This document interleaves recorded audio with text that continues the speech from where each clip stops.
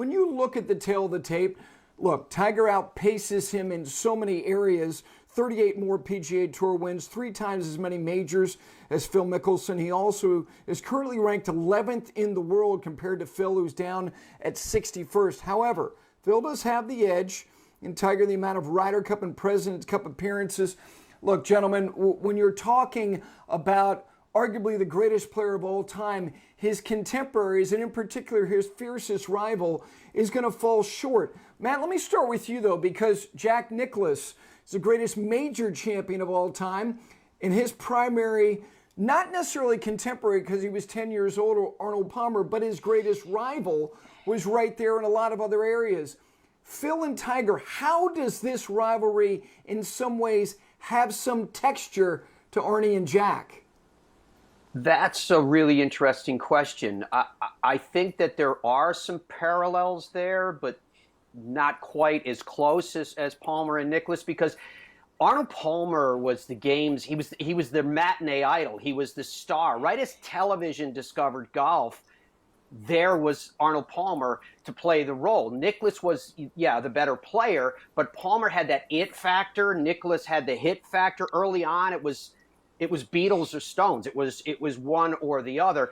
And their reputations were forged in these epic battles. The 1960 U.S. Open at Cherry Hills, right? Palmer famously charges from behind, but an amateur named Jack Nicklaus finished second. Ben Hogan played alongside of Nicklaus that day and said he should have won by 5 if he knew what he was doing.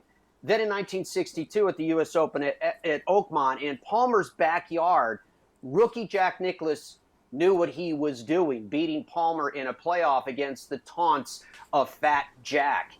By comparison, if you look at Woods and Mickelson, yes, they are, in terms of popularity, 1 and 2, and I don't think that you would doubt that. But the divide, even if measured in hearts and minds, is a larger gap. Their head-to-head battles just didn't seem to have the same weight. 9 times the two finished first or second, but only once, the 2002 U.S. Open at Bethpage Black, was it in a major championship. And sure, the crowd, of course, in New York loved Phil, but when it mattered, he was unable to get closer than 2 strokes. So you've talked, Gary, about the divide in terms of a 3-1 in majors, the ultimate measure.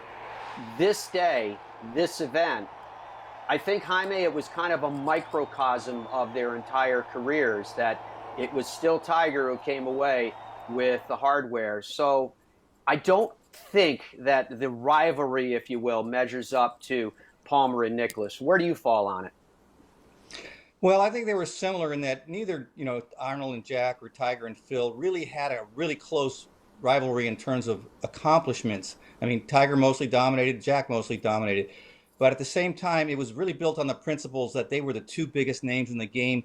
And because each man, all 4 of them, were just so tremendously super competitive that they kept the rivalry going in terms of the chemistry they were putting out there.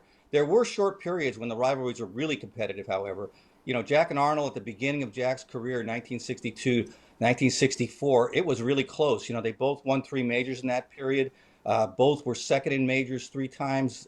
Arnold losing 2 U.S. Open playoffs, the key one to Jack at Oakmont in 1962. And then, of course, in the money list, Arnold led in 1962 and 63, and in 64, Jack got it.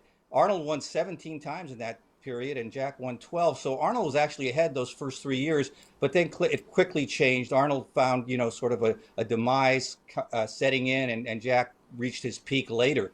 With Phil and Tiger, Tiger obviously dominated the first few years, 97 to 2003, and then he went through a swing change, and Phil was opportunistic. Phil started to play his best golf right at that moment. He won the Masters in 2004, and then the PGA in 2005, and then the Masters in 2006. And, if he had won the U.S. Open at Winged Foot, as he always will regret not winning because he had it right there, he would have finally overtaken Tiger as number 1, which he never reached number 1, and, would have won 3 majors in a row. And, arguably that rivalry would have been much more intense after that.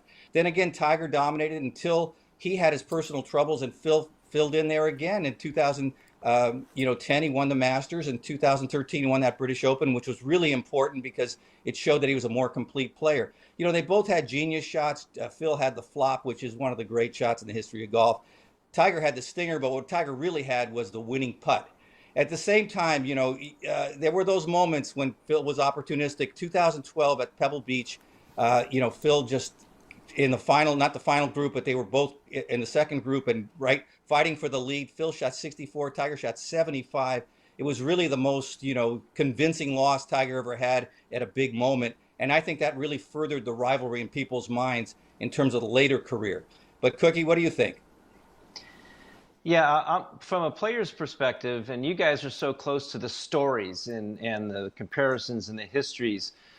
From a player's perspective, Jack and Tiger were the dominant players of their eras, the best of the generations, and actually into other generations. Having played with Jack in a generation, having played with Tiger through generations. Other players in Jack's era won golf tournaments. There was Trevino. There was Palmer, of course, and then there was Tom Watson in that later era. Other players in Tiger's era won golf tournaments. Of course, Phil. You had Ernie, you had Jay, you had David Duval, and while they didn't have rankings in Jack and Arnold's era, they did have world rankings, and VJ and David were the only ones that really got to number one. So it took a while for Phil to win that first major 9 years into that Tiger era. They had some epic battles. Of course, Arnold and Phil, immensely popular with the fans, kind of moved that needle as far as the fans went. But as a player, Jack and Tiger so respected who they were playing with. It didn't matter if you were a star. It didn't matter if you were, just a guy that made the cut and got into that group. But one of the great epic battles, of course, were back in I think in 2005 at Doral. Phil had just had his major championship there at Augusta, and this is at Doral, and they went head to head and toe to toe, and it looked like Tiger was going to run away, and all of a sudden Phil comes back, and they get to the 18th hole, and of course Phil has that little pitch down the hill and lips it out. So you go, maybe Phil has found his spot now, and then maybe he is a little more comfortable playing on this big stage with Tiger Woods in that final group. So, like I said, Gary, Jack and Tiger were so respected by the other players, but Arnold and Phil had that fan popularity on their side. John, they did. One of the last things you said was about finding comfort. And look, they never really had sustained moments in major championships, particularly on the weekend together, that being obviously Tiger and Phil. But the one thing that I think Phil did was not get swallowed by the vortex of arguably the biggest sports icon of the generation, not just golf, but all of sports at the turn of the century. That's why when historically we look back on Phil Mickelson's career, I think it's underrated. 44 wins in this generation with more depth and understanding, going back to his youth from Southern California. Tiger Woods was not from another country. He was from the same state. He was from the same part of the state. And so 5 years later, Phil Mickelson has to realize and accept that somebody is better than him at virtually everything. And oh, by the way, John, you pointed out, and Jaime, you did too, 2004, Phil Mickelson had already won 22 times on the PGA Tour. He was 33 years of age when he won that first major championship. That was the beginning of his major championship career. 44-5 in the middle of all that Tiger did. And oh, by the way, Tiger was the player of the year in 2013 on the PGA Tour, but who won a major?